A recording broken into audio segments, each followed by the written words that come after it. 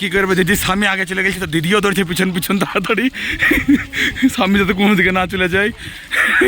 বুঝতে পারলা? দাঁড়াও দেখাচ্ছি, আজ ফুল টু হবে।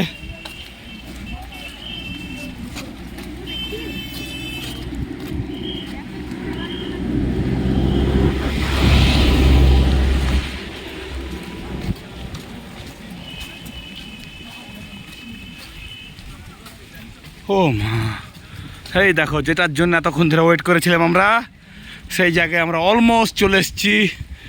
নিচে কিছু নাই, শুধু মেঘ, কুয়াশার মেঘ।